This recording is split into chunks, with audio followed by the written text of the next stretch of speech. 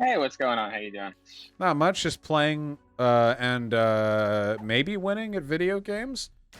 Yeah, okay. So let's roll it out. You wanted to talk with me about some studies on beloved friends of the stream trans people.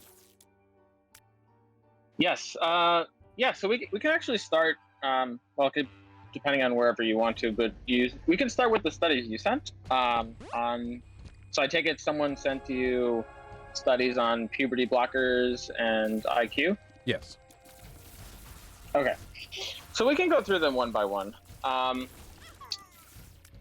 So the first, and just let me know if you want me to send it to you in the chat or whatnot, so we can go along at the same time, or if I could just give you a lowdown on each one that was sent. Yeah, please do link the study to me as you say it. I can't look at it on stream right now on account of the video games and all, Okay, sure. but link it so that I have a sort of chronological detailing of what you're referring to.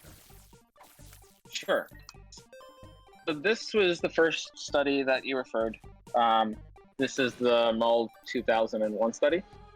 Mhm. So this study had importantly a couple things. When they look at studies on puberty blockers and IQ in children, what they're doing in all of the studies, whether it's the Mull 2001 study or even studies that actually do have a control group, this one didn't, by the way, what they're doing is they are looking at individuals with a condition known as precocious puberty. This is a condition where these individuals have puberty earlier than they normally are supposed to have. And as a result of that, one of the indications for a GnRH agonist, which is a gonadotropin releasing hormone agonist, is to treat precocious puberty. Mm-hmm. Now, the issue here with all of these is that the way it's set up, even when there is a control group, what they generally will present it to you is they will show you a study, say, oh, look what happened here. We have a group of, in the case of the Mull study, what they did was we have a group of individuals with precocious puberty. We gave them a GnRH agonist, and from time point T1 to T2, it could be a given amount of years from follow-up time since they were treated, their IQ decreased. And it's going to be like maybe 5-7 points or something like that. It's not a clinically relevant, although it'll be a statistically significant decrease. And it'll be like, aha, there it is. Like, see, GnRH agonists like decrease IQ. Right off the bat, the issue with Mull study is there's no control group at all. Mm-hmm. So the obvious concern here is that you could always say, well, wait a minute, it would have decreased. Maybe it would have decreased even more. Maybe a GnRH agonist actually prevents it from going as low as it would have otherwise. The GnRH agonist you're referring to here, can you describe that to me, please? Oh yeah, it's an acronym for a puberty blocker. Okay, gotcha. Because I was thinking for a second, it felt like it was a substitute for that, but I didn't. I wasn't entirely sure. It's gonadotropin release. Yeah, it's gonadotropin releasing hormone agonist. So the way your hypothalamus releases GnRH, which acts on the pituitary gland to release certain hormones, whether it be testosterone or estrogen or whatnot.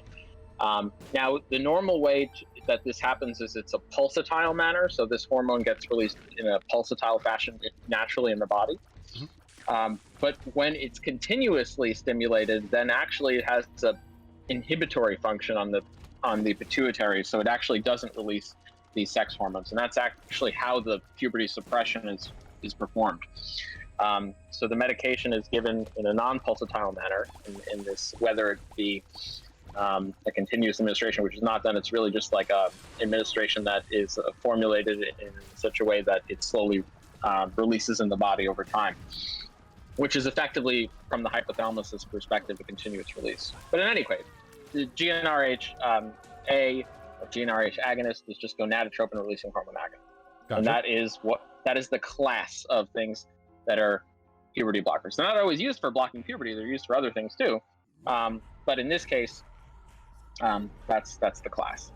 Gotcha. So the evidence for IQ in all studies that I've seen come from, and all the studies that you've cited or referred, come from not transgender individuals. They're not actually studying transgender individuals here. They're studying individuals who have a different medical condition. Oh, sorry, transgender is not a medical condition. No, they're studying individuals who have a medical condition that are not transgender. It's too late. You're already canceled, my friend. The horns have already been called. I know. So that's it. I'm transmedicalist. That's what they are. So there are some people in chat who seem a bit confused. So the reason why we're having this conversation is because I was interested in some studies concerning trans people, which we're going to be discussing. Not, I think, especially at length. I mean, we don't need a doctor's understanding, but at the very least, I want to know this well enough to rebut arguments when provided them. Specifically, right now, we're talking about a few studies which seem to indicate that taking puberty blockers leads to a reduction in IQ. And we're taking this study by study because there are only, I think, like 4 or so which make this claim. At least that's the 4 that I've been provided. And the first argument here, which we've been provided from... Actually, I'm sorry, could you give your name and pronouns just as a sort of more formal introduction? Oh, sure, yeah, no worries. No, yeah. It's he, him. Gotcha. By the good doctor, comma, he, him over here, is that this first study we're referring to... I'm sorry, was I supposed to give you my name too? Did I just slip and botch that introduction?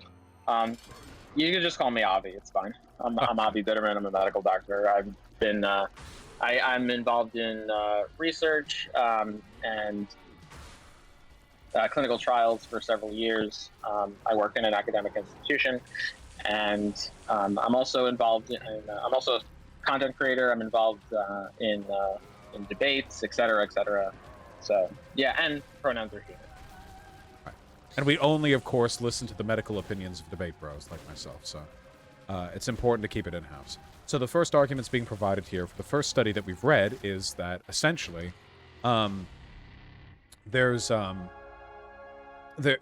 its relevance is contestable because A, there's no control group, and B, we're not even talking about trans kids here. We're talking about people who had precocious puberty, meaning the puberty blockers are being assigned not to alleviate dysphoria, but rather because they were literally experiencing puberty too soon.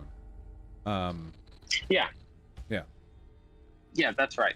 Now, one thing I'll tell you is that it's interesting. So the natural course of precocious puberty in terms of IQ is poorly studied. However, to what degree that it has been studied, and here's a paper that I'll find for you that has studied this, is that when precocious puberty happens, there is an initial IQ boost, quote unquote, that happens. So IQ is measured based on kids of the same, they age match the children. Right. And when you initially go through precocious puberty, this really early puberty, what you end up getting is this increase in IQ. That's what the idea is.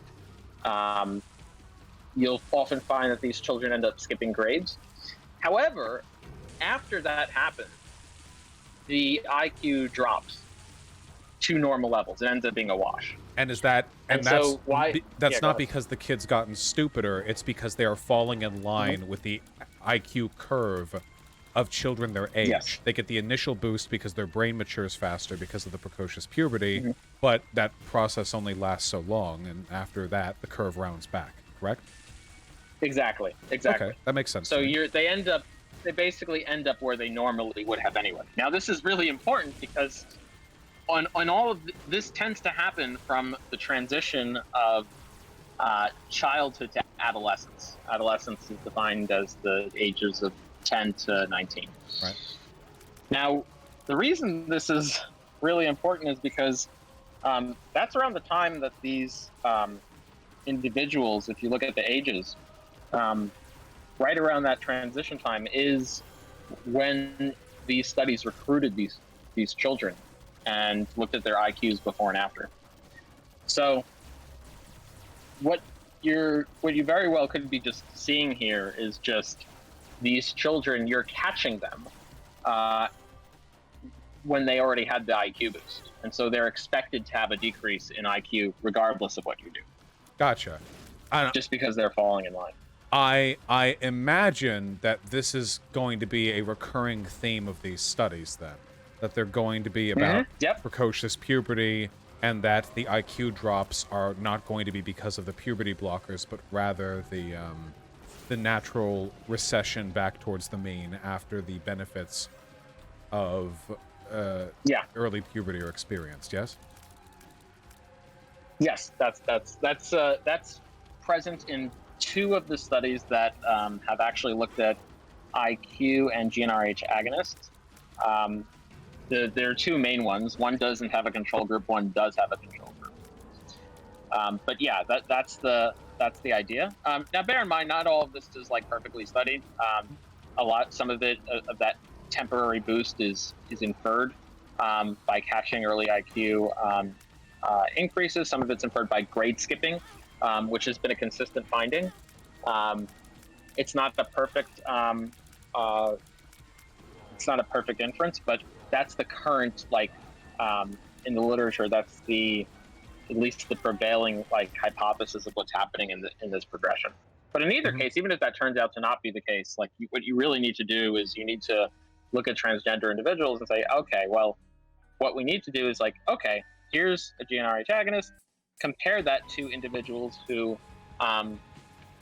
desired the GnRH agonist but did not actually get the GnRH agonist, and follow them over time, or even if it's just longitudinally retrospective versus prospective, just something. The point is that the most important thing in studies is to have an apt comparison group. You need to see what you're comparing it. If you're not comparing anything, you don't have any control group. You're just saying what's happening before and after. You really can't tell much of anything except this was a value here and this was a value there. The important question here is what would have happened otherwise. And I'll tell you a little bit of this is a recurring theme in medicine too, because this is actually something that happened in terms of with antidepressants as well. So antidepressants in pregnancy have been linked to certain malformations, Budd-Chiari malformations, autism.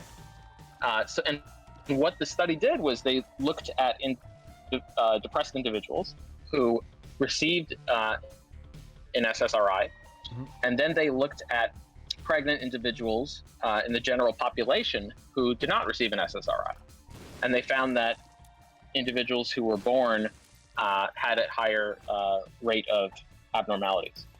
Now, Well, the obvious issue here... the obvious issue there would be that maybe the people who didn't feel as though they needed to take an SSRI were in a good spot to begin with.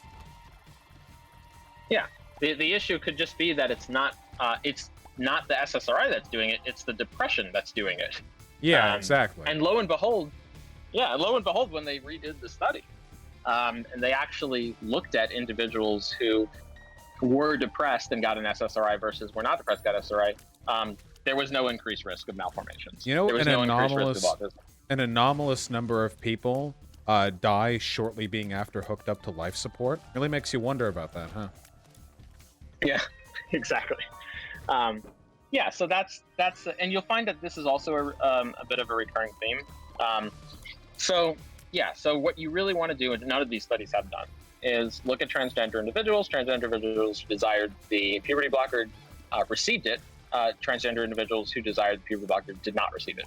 None of these studies do that, and that's the main issue. There are other issues as well. I'm sure, but that's sufficient. I'm sure there are other issues with the methodology and the medicine and what have you. Let me see really quick. So I linked you 4 studies, and these were studies linked to me by a concerned fan. They sent them to me over email. Let me just look at them really quick and mute the game. Okay. Let's see. So this one.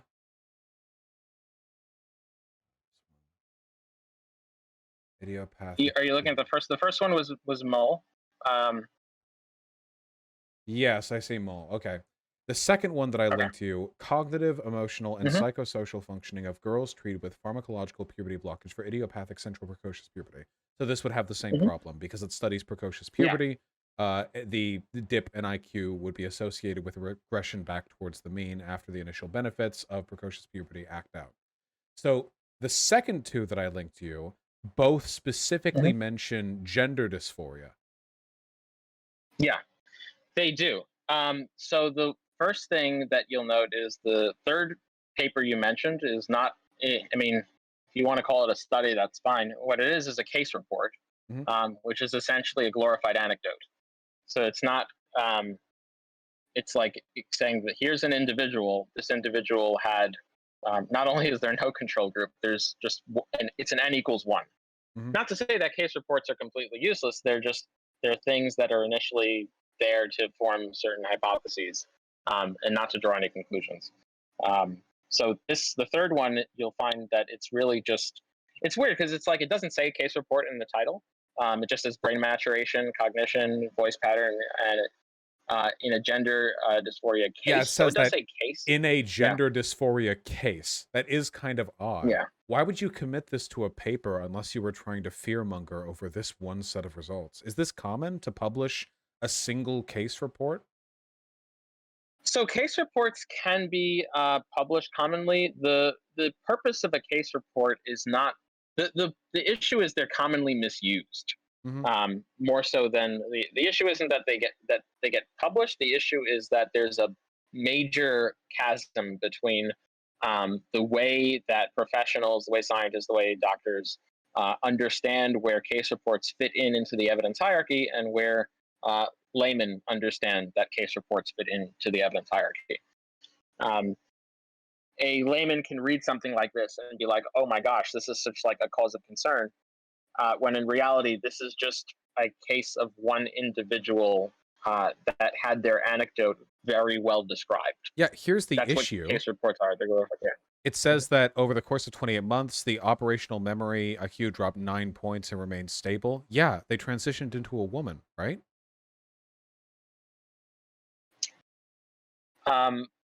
The IQ. Wait, what's I was making a joke about girls being dumb. I'm sorry. Don't. Sorry. You're the one getting canceled now. Yeah, okay. I don't actually know. The language here is really unclear as to whether or not as to the specifics on this. I just wanted to make a woman joke. Okay, anyway. Okay. So that's good. Okay, so a case study, like there isn't even enough here to work off of, really, to like there's not even much here to really debunk. So I guess the fourth link that I gave you would be the big one, right? Because this is an actual study, and it specifically lists gender dysphoria as the as the case here. Yeah, I'm not sure what the Costa study was really trying to show here. It didn't. I didn't see when I read it. I didn't see that they had this decrease in IQ. In fact, the metrics that they did look at showed that individuals who received the puberty blockers did have an improvement in their gender dysphoria. Then now those who had a delayed administration of puberty blockers also had an increase in their improvement in their gender dysphoria, although the individuals who had it immediately had a greater improvement in their gender dysphoria, although that difference did not reach statistical significance, and that could just be because of power issues or whatnot. Yeah, let me Regardless, see. This is at baseline. GD adolescents showed poor functioning with a CGAS mean score of 57.7 plus or minus 12.3. GD adolescents' global functioning improved significantly after 6 months of psychological support. Moreover, these adolescents receiving also puberty suppression had significantly better psychosocial functioning after 12 months of GnRHA compared with when they had received only psychological support. Wait, I'm sorry. Wait, hold on. psychological support and puberty suppression were both associated with an improved global psychosocial functioning in GD adults. Wait, doesn't this support the counter hypothesis? Isn't the argument here that that social support and the puberty blockers actually made these kids more smart? If I could, so they're not. I don't think they're measuring intelligence at all in this study, or at least not IQ. Um, if I could try to because when I read this paper, I was trying to piece together like, well, why did they send you this? What is the possible argument here? And if I could try to steelman what someone might say, is they might say that, okay, well, if you look, it may just be a criticism of the efficacy of puberty blockers. Well, do they actually improve gender dysphoria? And you're comparing individuals who just got psychological support versus individuals who got psychological support and instead of a delayed administration of the puberty blocker, an immediate administration of the puberty blocker, and they both improved. So maybe the puberty blockers aren't actually helping gender dysphoria. I think I actually have a much better possible explanation for why this got sent to me. Mm-hmm. Oh, okay. My explanation is that the person that who emailed me got in an argument with a transphobe, and that transphobe just dumped every single paper they've ever seen, assuming it supported their arguments, and not actually looking at the conclusions and finding out that, no, actually, this didn't at all. It kind of contradicts it. Yeah. Okay. Yeah. So it looks like the only real data they have on their site isn't actually a data. It's a single case study. That's not particularly convincing.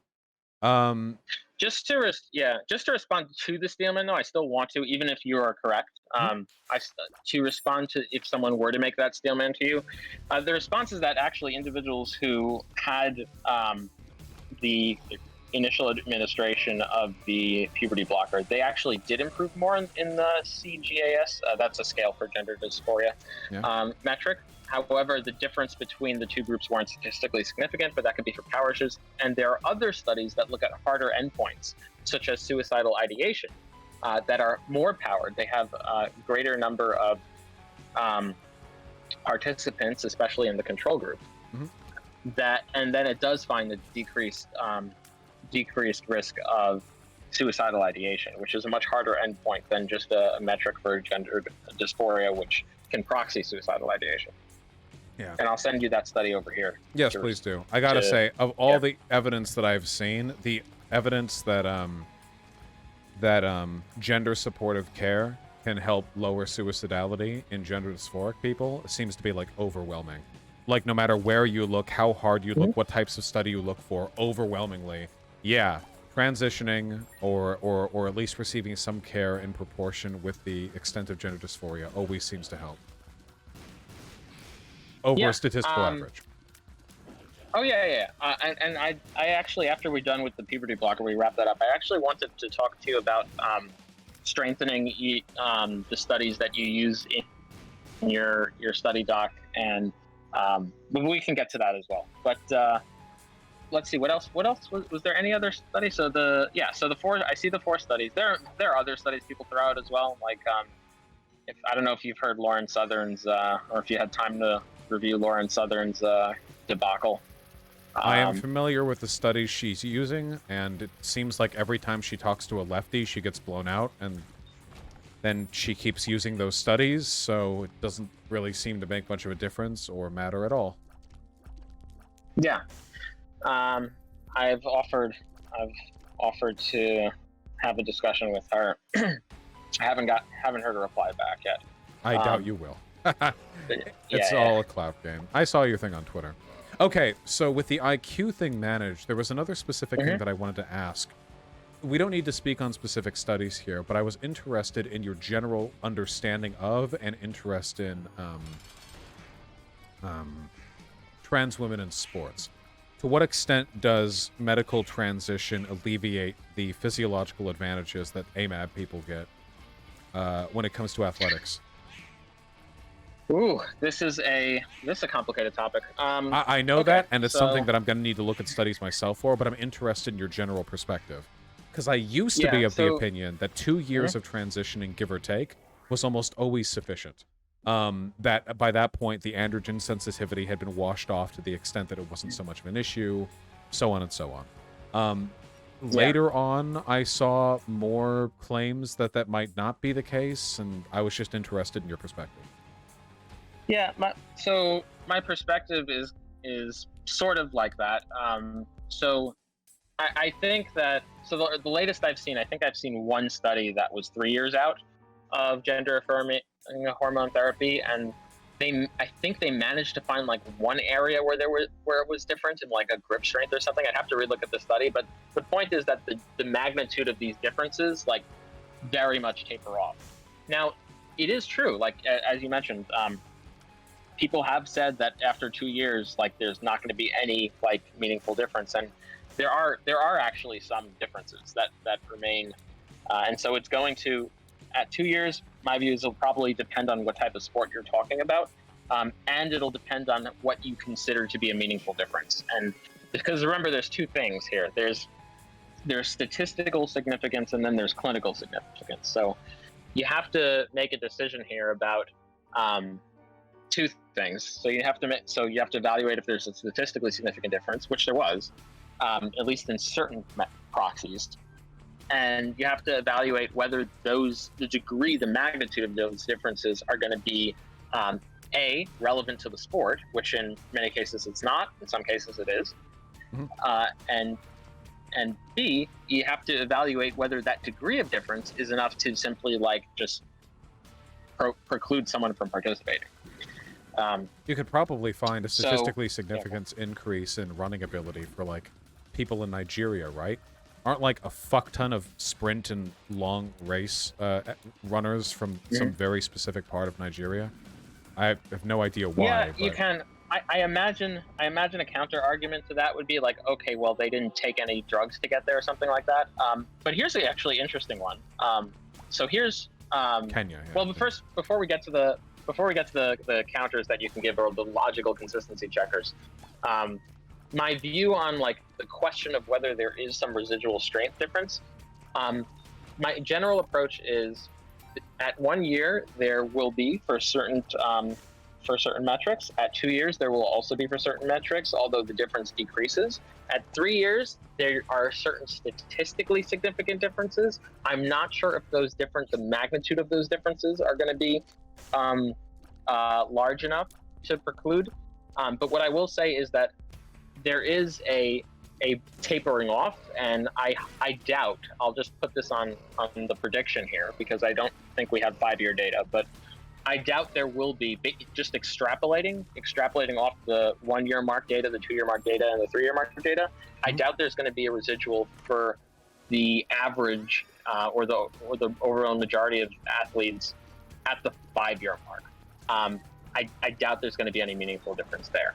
Now, maybe there'll be some exceptions, like if you're just like this massive bodybuilder or something, and then you undergo, maybe that's the case. I'm not sure. But for the overwhelming majority of individuals, based on the trajectory of how the data is pouring in, 1 year mark, 2 year, 3 year mark, when we get 5 year data, I doubt it's gonna happen.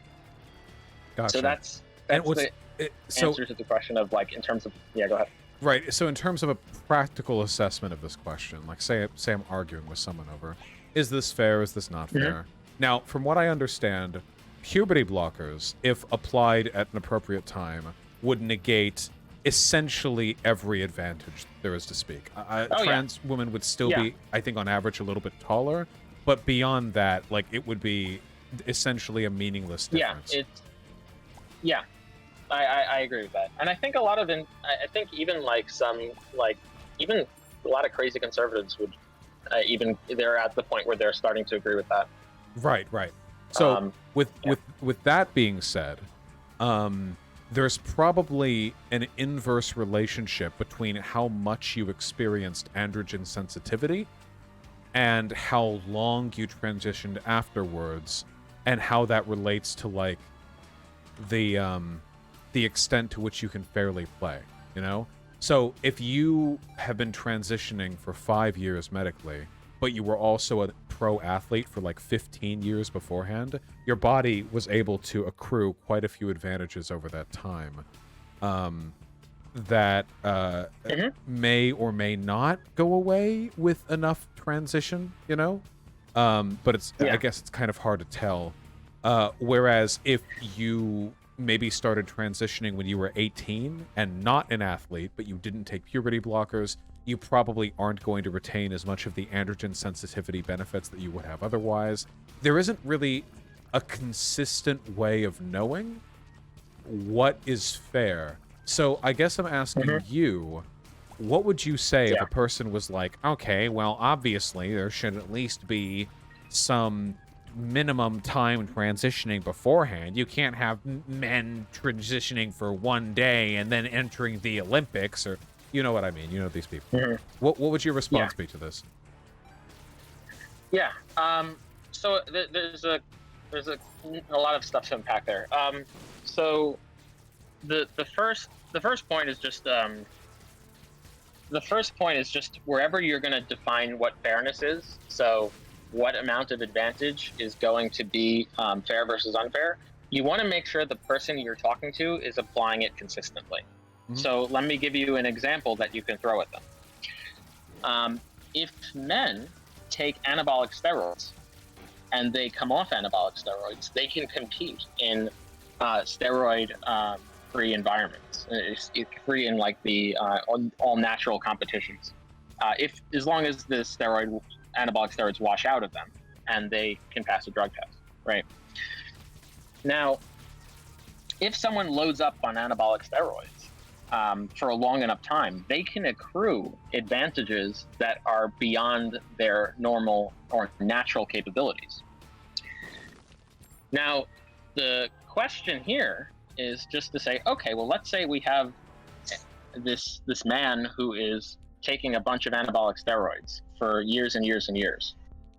And then he decides to come off the anabolic steroids, and we're 1 year out. Do you think this man should be able to compete in all natural?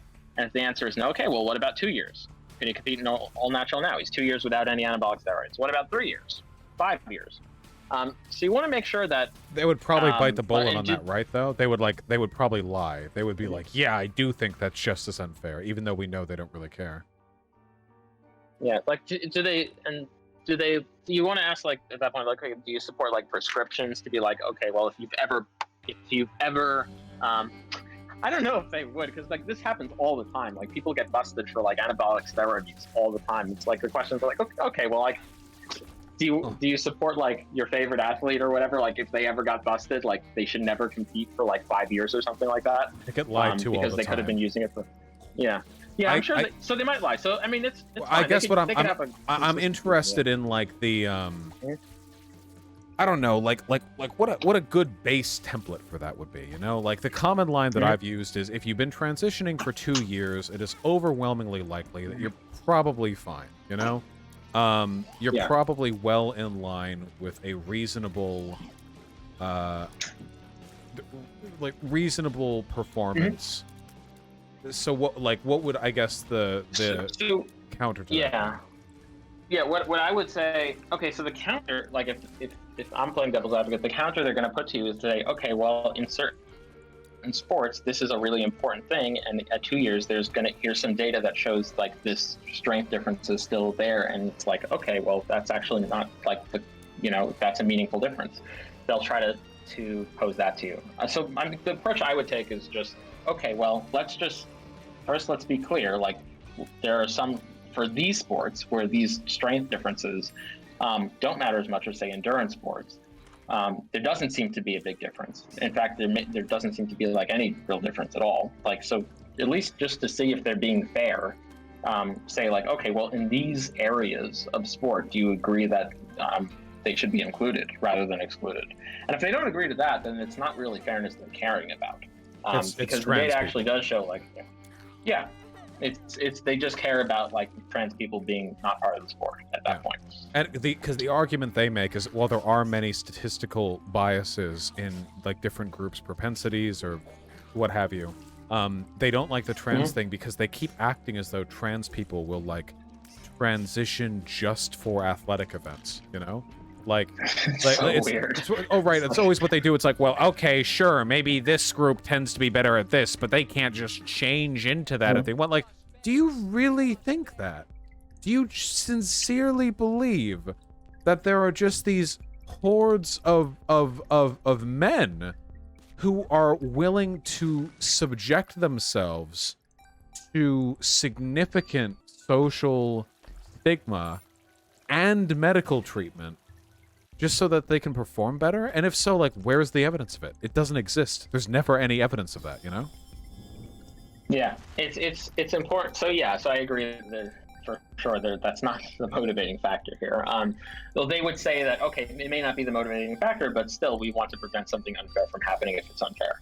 So the response I would take is like, okay, A, logical consistency. Do you bite the bullet on these things? Okay, if so. B, okay, what about the sports where there's where there actually isn't an unfair advantage? Do you think it's okay? If yes, we can proceed to further. If no, you're not. It seems like the reason you're not actually interested in fairness, you're interested in trends.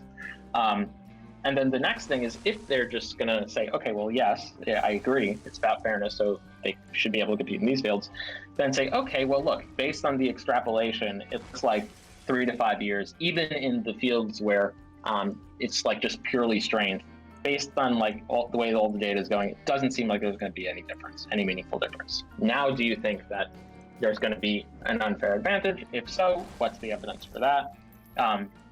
If not, and if not, on what do you think trans people should be precluded? Because they're not going to be able to give you 3+ year data showing this disadvantage, and the extrapolations from the data do show that disadvantage is really precipitously dropping. And if you were to look at it, it does seem like it would reduce to nothing at the 5-year mark. Okay, gotcha. And I guess with time, more data will come out on this, so that'll be nice. It's funny because but you could definitely make a strong case. You could definitely make a very strong case for like areas, certain sports where it's just this raw strength difference is actually just not going to make the difference in it at all. So yeah, but you would definitely want to be like, okay, well, look, here's like, even at the 3-year mark, just like show like this, just, you know what I wanted to do? I wanted to actually, and I haven't done this yet, I really should have. I should have just like plotted all the data out, just at the 1-year mark, 2-year mark, 3-year mark. That's an exercise I really have to do. And just show the like different studies at their different follow-up times and show the extrapolation and just be like, okay, well, why would we preclude this for more than 5 years? So I really should do that. At that point, the discussion has probably gone beyond the attention span and knowledge of the average conservative talking about these issues. Oh, yeah, for sure. Not that it's a waste of time, just of course. It sometimes feels like it. Yeah, I think it's like, it's interesting because it is important because obviously this is like such a non-issue, like this very rarely ever ends up happening ever. On the grand scheme of things, this is like the last, like the periphery, really this should be the periphery of trans issues.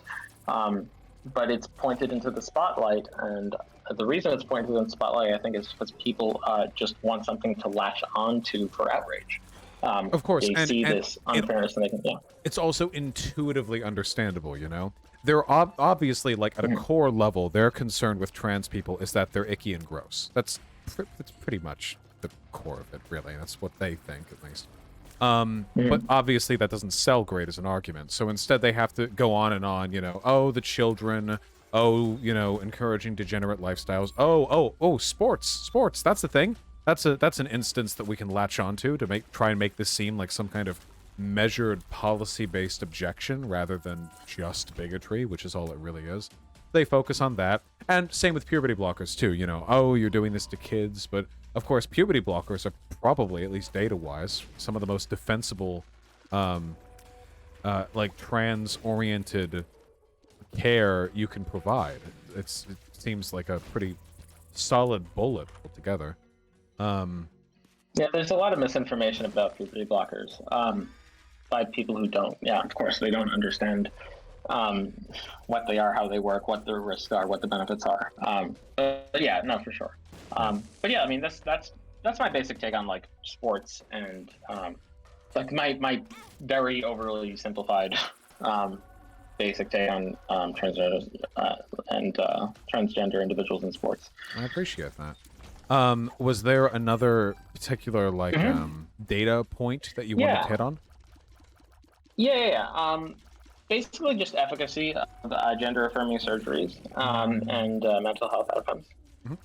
So here's one thing I think that what we could do to improve our argumentation when we're dealing with individuals who deny that gender-affirming therapies end up supporting outcomes for transgender individuals. What we can do is we can. There's this thing where there's this tendency a lot of people do, and of no fault of their own really, that they think that, okay, well, if we have like this giant collection of studies, or if we have this like huge like analysis, be it the Cornell analysis or be it like some like there are other large meta-analyses, then that's going to be the go-to thing. Like that's going to be the thing that like most robustly shows this. And it's not necessarily the case. In fact, it's actually my view that there's like a single study or a hand group of studies that are actually far better than the entire Cornell analysis combined. And the reason for this is just extending the same logical, consistent approach that we're criticizing the transphobic side of these. For things like not studying the right population, not having a control group, not looking at a proxy outcome instead of the actual outcome, et cetera. I have noticed that. I don't know if it's a product of complacency or whatever, but sometimes it does seem like there are issues that we have. I mean, our approach to it is just bulletproof, We're right. But we don't pursue validating research with the same ferocity that our opponents do. Because they'll fund research and they'll find little tiny tidbits of data and pull it together and bring whatever they can to the field. But for us, it seems sometimes like, for gender-affirming care, for example, all the data that I've ever seen has seemed pretty convincing on this. But so often, it seems like they could have gone so much farther. Like, why are we relying on these relatively insubstantial testimonials of the doctors saying, they've spoken with their clients and this is what they had to say, and, little case studies of a few hundred people. What if we wanted to? We could probably pull the capital together for some earth-shatteringly convincing document, I mean, it won't change the transphobes' minds, but it would at least make it easy to laugh at them. Yeah, it'll at least improve there. And there is, I do believe there actually is a system like that, I'll stand to it to this day. Since it's not included in the Cornell review, it actually is better than the entire Cornell analysis review combined. What is it? You'll find that if you go into the individual studies in the Cornell analysis, a lot of them, unfortunately, do have a lot of the same issues that we're criticizing the transphobic studies for. They don't have a control group. They're looking at before and after. And the studies that do have a control group have it said 17 patients without any power analysis. Although small sample size isn't the biggest issue for certain outcomes, given certain things improving the power, but that's a different conversation. So I think what's better than citing the Cornell analysis is I'll show you a study that's far superior in just about every way than those studies that the Cornell analysis cited combined. But before I do that, I want to just go over some really burying the lead on this one. Oh yeah, I want to go over some of the things you may find to understand why this study is good. So just to go through some more of the transphobic studies you may see. When I say transphobic studies, I'm not talking about I don't think the researchers are transphobic or anything. I think these are the common cited studies. I'm not going to go through the Ben Shapiro study. I know you know about that one already. I will go Ben through Shapiro study? Yeah, he didn't write a study. It's the one he cites. The Sweden study where they compared it to... Yeah. No, I don't expect him to ever get any peer-reviewed literature ever. But he often cites the Swedish cohort study, which compared it to not trans people in the control group, compared it to cisgender general population, said, the risk of suicide is still high in trans people. Yes, I have that listed in my document as one of the studies to look out for because it's so earth-shatteringly stupid. that they would compare post-transition trans people to the general population as a metric for the validity and efficacy of medical transition. To me, this is the kind of study which can only be employed in bad faith. It is so obviously incapable of proving the point it attempts to prove. Yeah. There is another study I'd like you to add to look out for, and the reason I want you to look out for this is because this is one that Lauren Southern touts as like the best one. It's another Swedish study, not the original one that Ben Shapiro was citing. You may have these she conservatives cites, hated Sweden. Brandstrom. Yeah, I know, right?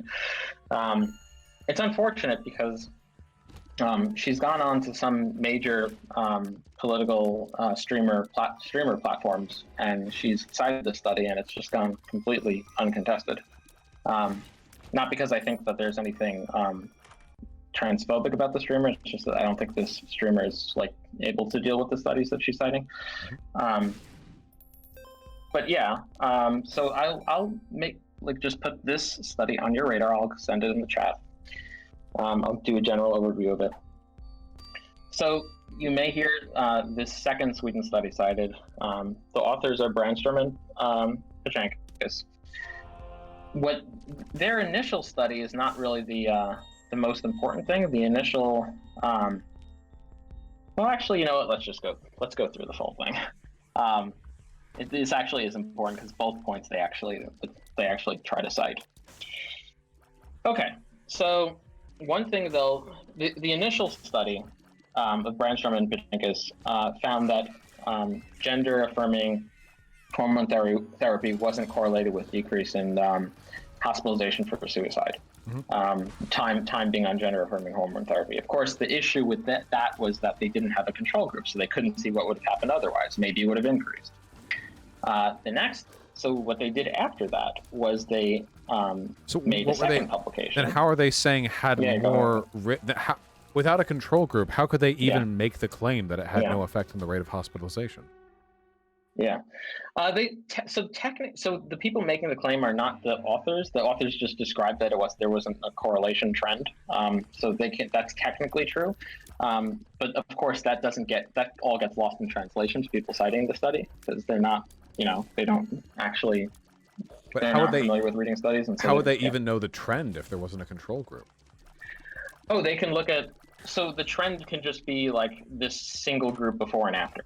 Right? Okay. Then longitudinal then. Okay, gotcha. Yeah. Yeah. So people have taken that to be like, oh, it doesn't work. Well, you don't know that. You don't know what would have happened otherwise. And so then they did a correction.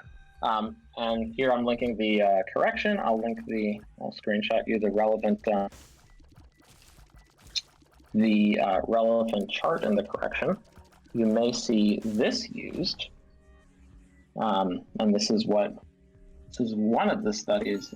This is one of the go-tos that one of Lauren Southern's prime favorites over here. Right. So you'll see that what they did was they looked at individuals diagnosed with gender incongruence who have received gender-affirming surgery. They looked at individuals diagnosed with gender incongruence who have not received gender-affirming surgery. Well, it looks like at first we have a decent control group here. Because in both cases, it's not general population, it's individuals with gender incongruence. Here are those who receive surgery, here are those who do not receive surgery. And you'll notice there's no statistically significant difference in suicidal ideation. Yes. No statistically significant difference, the confidence intervals cross one. Okay. Now, the issue here is just matching people with individuals who do not receive surgery. By doing that, you're including individuals who don't want surgery. Because we're not interested in individuals who, because here's the thing, individuals who have received gender incongruence, who've received gender-affirming surgery, they're individuals who are transgender who desire the surgery and got it. Your comparison group is individuals diagnosed with gender incongruence who have not received gender-affirming surgery. That's not asking the question, let's compare individuals who desire surgery and get it versus individuals who desire surgery and do not get it. And this group could conceivably have a much lower propensity for suicidality.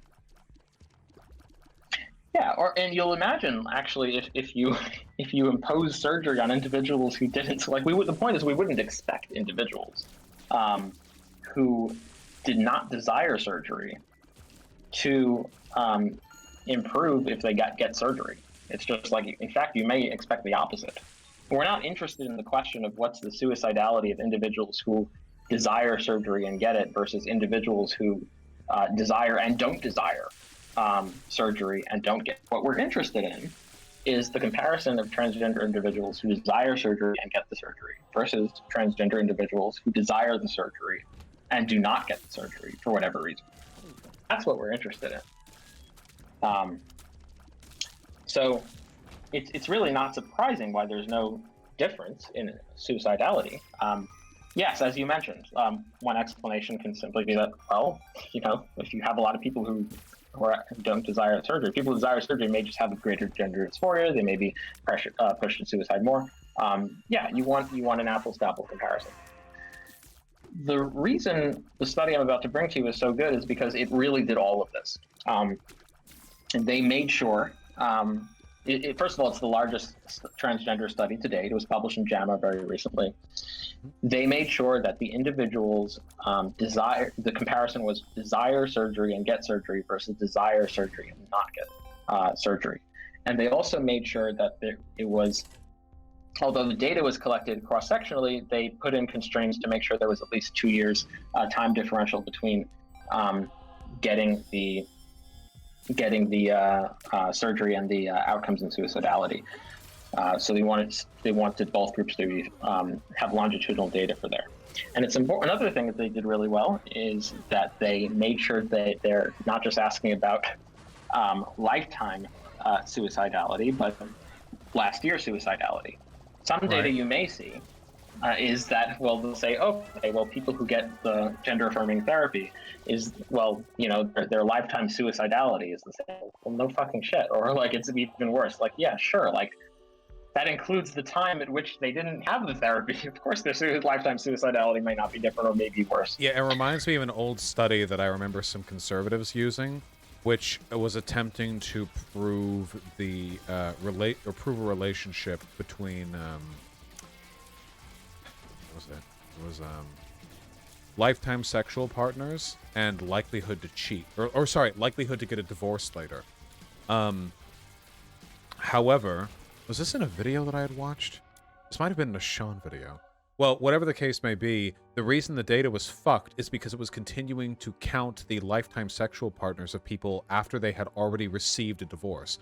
So a person who could have gotten married to their very first sexual partner, then gotten divorced, and then went on to bachelor it up, that person was being counted as, you must have divorced because you had 20 partners or something like that. The data range isn't suitable for proving the point, Yeah, exactly. So this study did all of that. They also included suicide attempts, not just suicidal ideation. So I'm sending that to you in the chat. This is a recent study published in JAMA in April 28, 2021. So they did all of this is probably one of the best cross-sectional studies that I've seen. Number one, because it incorporates constraints that force the data for the purposes of causal inference, to have a longitudinal aspect of it. So don't let someone tell you that it's not a longitudinal study, because the data actually is effectively longitudinal. The second thing is it is the largest study on transgender and transgender individuals and mental health outcomes with gender-affirming therapy to date. It was 27,715 individuals responding. Cool. Of which I think, let's see, it was, how many of them ended up having surgery? I think it was like at least, 3,559 of which had a history of gender-affirming surgery. And what they found was that when you compare individuals who had the desire to receive the surgery versus individuals who have desire to receive the surgery and received it versus desire to receive the surgery and did not receive it, it cuts their suicidal, not just ideation, but also attempts. It cuts it in half. And I'll just show you this. this figure in terms of certain outcomes. And so I posted that in the chat. Gotcha. You'll notice that, so suicidal ideation of individuals who desire the surgery and do not get the surgery, they're over 50%. And that gets cut down to around 30%. Actual attempts, you're looking around 10%, and that's going to get cut down to around like somewhere around 4 or 5% in that ballpark. Now that's just the raw data. Even the multivariate adjusted data ends up being telling the same story. And you look at, I'll just screenshot. Do they have the results of the multivariate regressive analysis included in the paper? Yes, they do. Wonderful. I'm here. I'll show you. So so here is I'll show you the screenshot here. So this was the results of the multivariate analysis. I'm posting that in the chat. I'm just screenshotting it to you and sending. So what you're saying is the really killer argument is that gender-affirming surgery is not an effective treatment for binge alcohol use, then. Yeah. So I mean the point. Yeah. It's exactly that destroys the whole purpose. You got me. But actually, even that, actually, you'll notice that there actually was a statistically significant difference in binge alcohol use. No. Even for that, yeah, for sure. Even for that, it works. Yeah. Hold on, let me read this really quickly. Mm-hmm. I want to enjoy one of the very narrow ways in which my major overlaps with this type of research.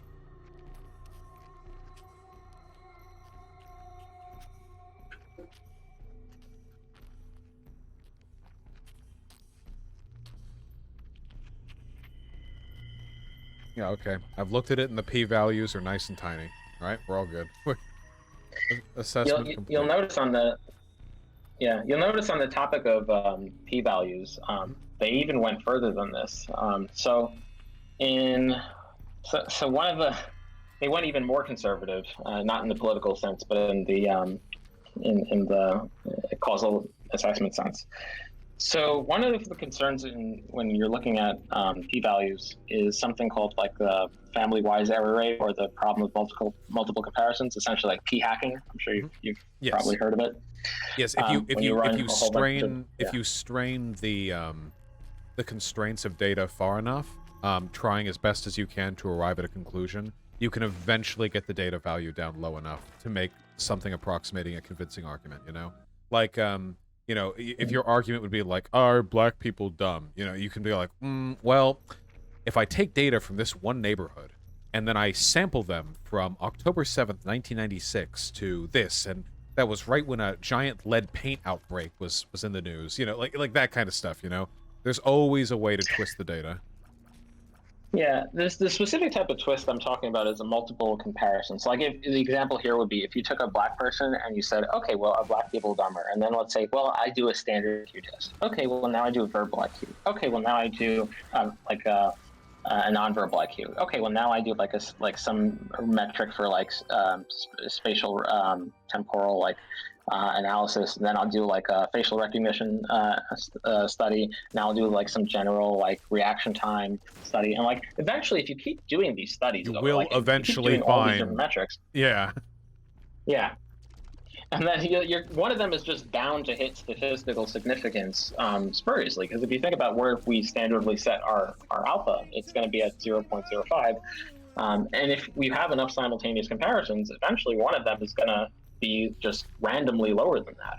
And then the headline will read, oh, okay, well, black people are dumber, and here's why. Like, we did all these tests, and like, here's the one that was statistically significant. In a way, there's almost a desired p-value for p-values, where if you try to find like a spurious correlation, if you strain hard enough, you'll eventually find it. So you need to find the reliability of the data that you're using to prove your conclusion.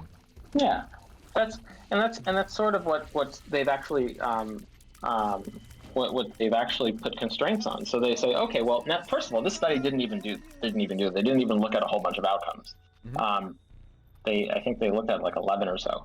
But even that, they say, okay, well, maybe it's a spurious correlation. So what they did was something called a correction.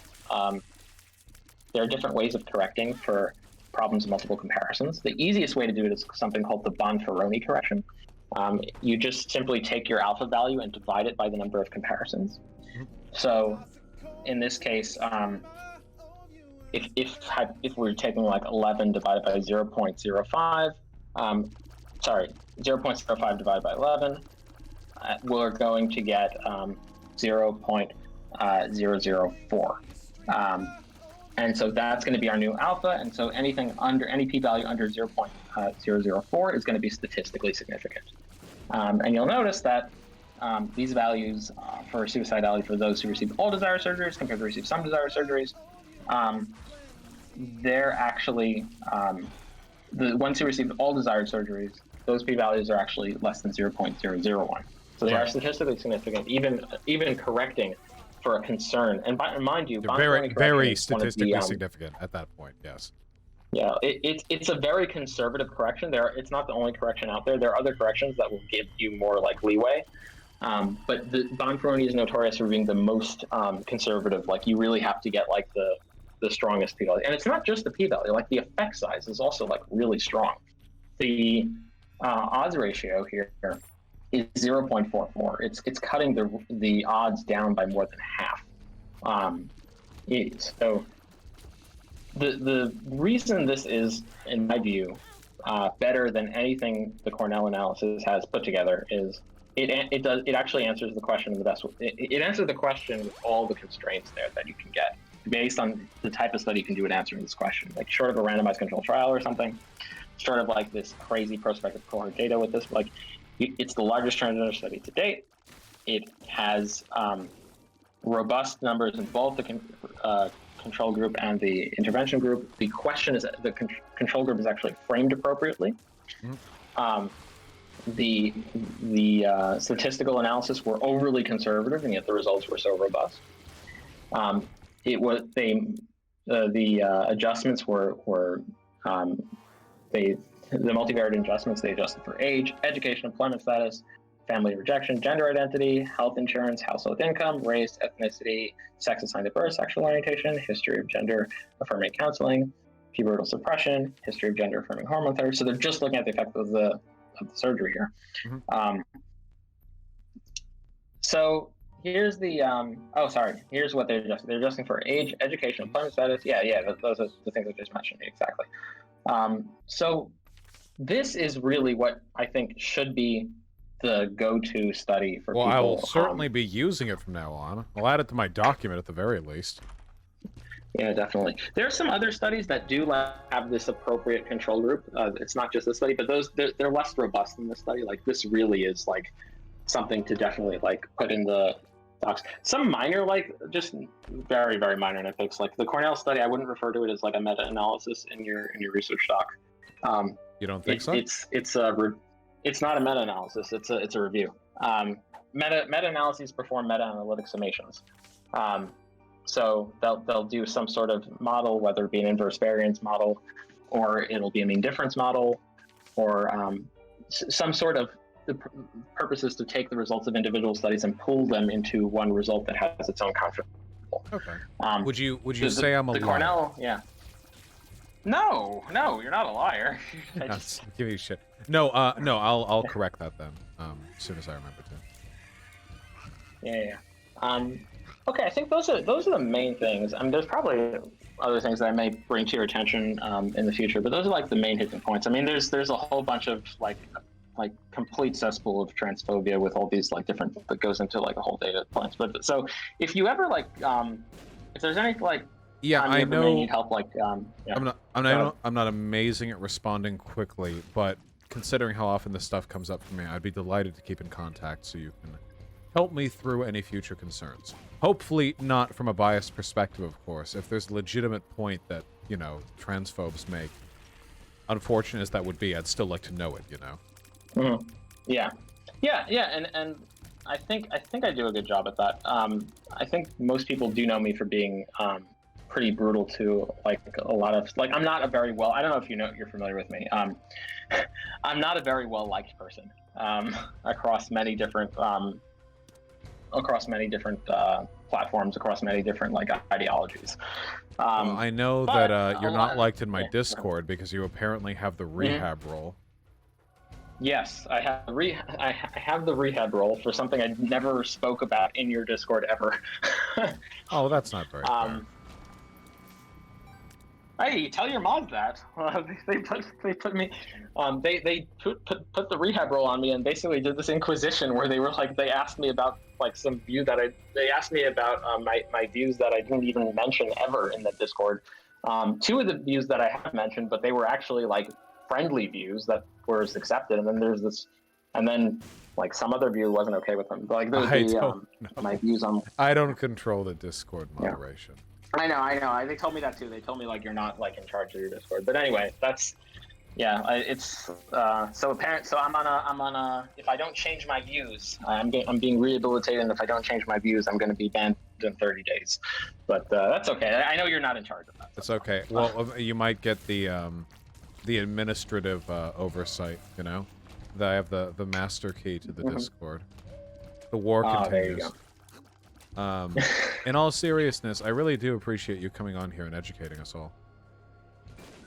Yeah, for sure. And if it's not just like for trans issues, like if there's any like study or any statistics or any like meta-analysis or any like study that you're having issues with at all, like feel free to send it my way. I'll be happy to like jump on stream and talk it through. Your education outstrips mine significantly, so I'm very, very happy to have your perspective on these issues, you know?